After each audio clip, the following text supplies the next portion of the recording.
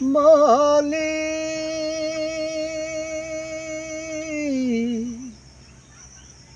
মালিক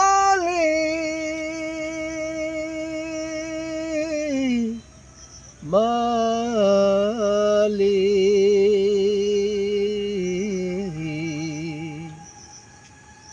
একটি ঘর বানিয়ে দিও হো একটি ঘর বানিয়ে দিও মালিক তুমি জান্নাতে মালিক তুমি জান্নাতে তোমার কাছে আমার একটি ঘর বানিয়ে দিও ও একটি ঘর বানিয়ে দিও